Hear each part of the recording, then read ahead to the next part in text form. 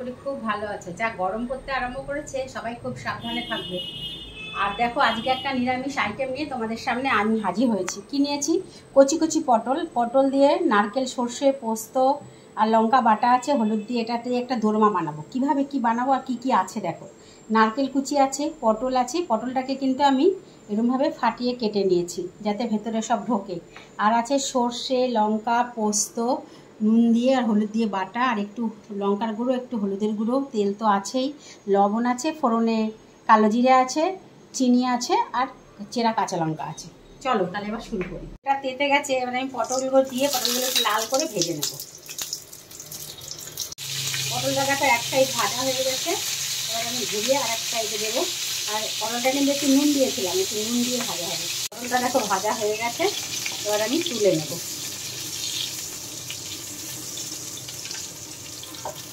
কালো জিরেটা ফোড়ন দেব, আর দেবো চেরা কাঁচা লঙ্কাগুলো, আর দেবো নারকেলটা।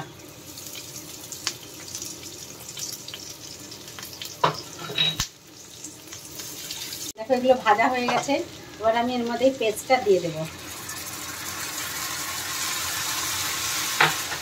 আর দেবো স্বাদ অনুযায়ী লবণ আর মিষ্টিটা।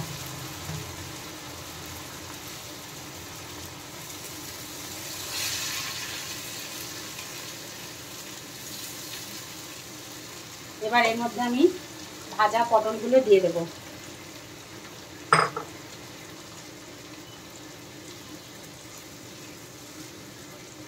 দেখো তেল ছেড়ে গেছে কিন্তু, এবার সামান্য একটু জল দিয়ে সেদ্ধ হতে দেবো। দেখো এটা আমার হয়ে এসেছে, এবার এর মধ্যে আমি একটু কাঁচা সর্ষের তেল ছড়িয়ে দেবো, দিয়ে নামিয়ে নেব।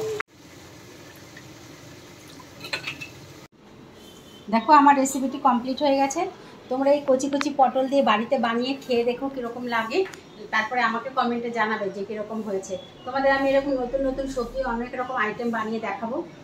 আর আমার চ্যানেলটিকে লাইক, কমেন্ট, শেয়ার এবং সাবস্ক্রাইব করতে ভুলো না কিন্তু। আবার আমি অনেক রকম নতুন রেসিপি নিয়ে তোমাদের সামনে হাজির হব। ততক্ষণ ভালো থেকো, সুস্থ থেকো, টাটা।